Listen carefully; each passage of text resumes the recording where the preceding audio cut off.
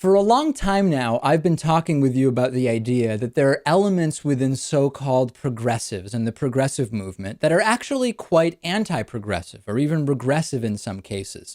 And this has caused a lot of sort of conflict between elements of progressivism and people like Sam Harris and Bill Maher and Richard Dawkins, etc. I've spoken with Dave Rubin about this on the program before, and there's an interesting clip from the most recent episode of Real Time with Bill Maher, where Richard Dawkins and Bill Maher actually talk about what they describe as the regressive left. Let's take a look at that.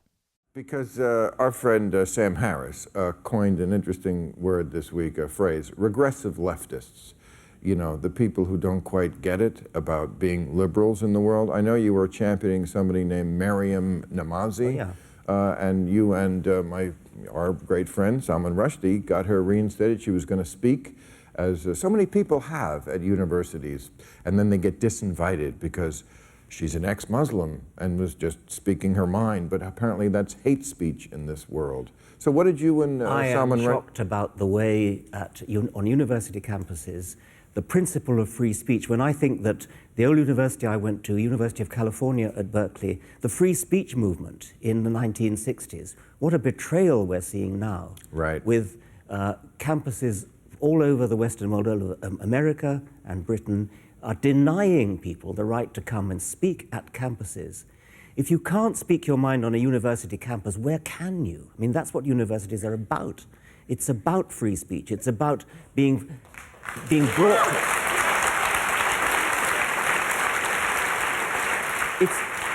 It's about being exposed to ideas that you haven't met before, perhaps you're hostile to.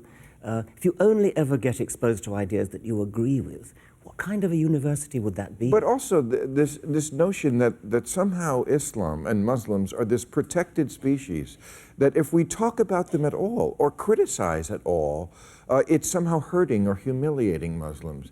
Yes. And it's a ridiculous idea. And it's confused with racism as well, because an incredible number of people think Islam is a race. Yes. Oh, I've heard that, yeah. Right. And so they think that if you criticize Islam, you're being racist. Right, or... and you're absolutely right that the regressive Muslims give a free pass to Islam, whereas they kind of write about everything else. I mean, they write about misogyny and all the other bad things in that case. You're talking about repressive leftists, yes, liberals, yeah. Yes. But in the case of Islam, it just gets a free pass. Yeah. And I think it's because of the terror of being thought racist. Right. Or at worst, an Islamophobe. Islamophobe, yes. Yes, yeah. a silly word that means nothing. Yes. I mean, it's so dumb because, you know, all the people who are accused of being Islamophobes, like you and me and Sam and Ian, we're liberals. We're liberals about everything.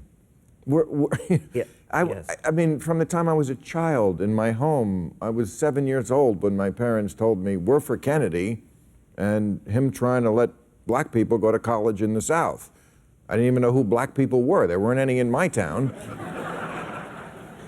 I knew we were on their side, and then we were on the side of Cesar Chavez and the lettuce pickers, and then we were on the side...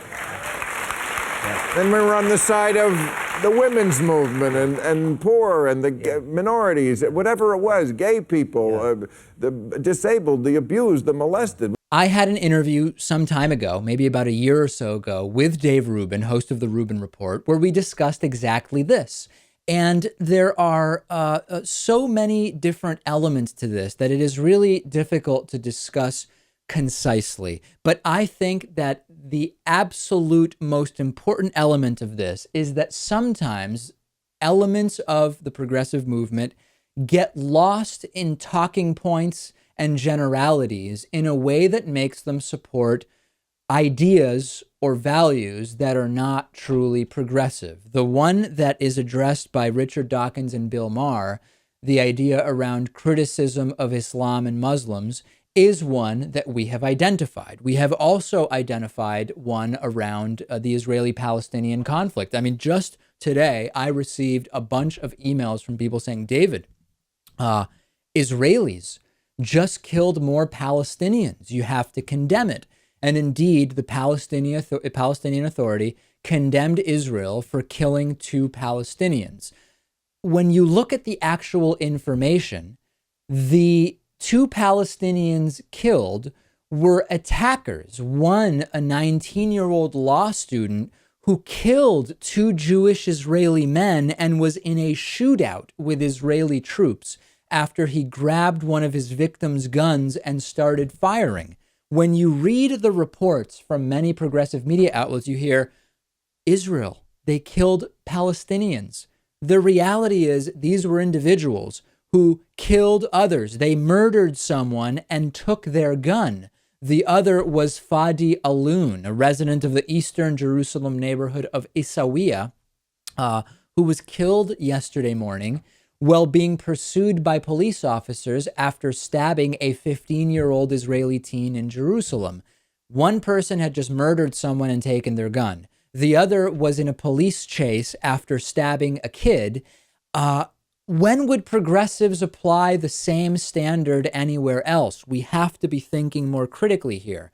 This doesn't mean that we support Israeli settlements. This doesn't mean that as progressives, we support the right-wing, fundamentalist involved administration of Benjamin Netanyahu. I have been speaking against those anti-progressive ideas for a very long time, but ignoring empirical realities and buying into propaganda is not something that I'm going to be doing. And to the extent that people like Bill Maher and Richard Dawkins and Sam Harris are talking about that, I agree with them. To the extent that those who subscribe to the ideology of Harris, Maher, and Dawkins use that ideology to be xenophobic or racist or whatever, I completely denounce those uses. And we have to be able to speak in nuance here rather than in generalities. That's just the reality.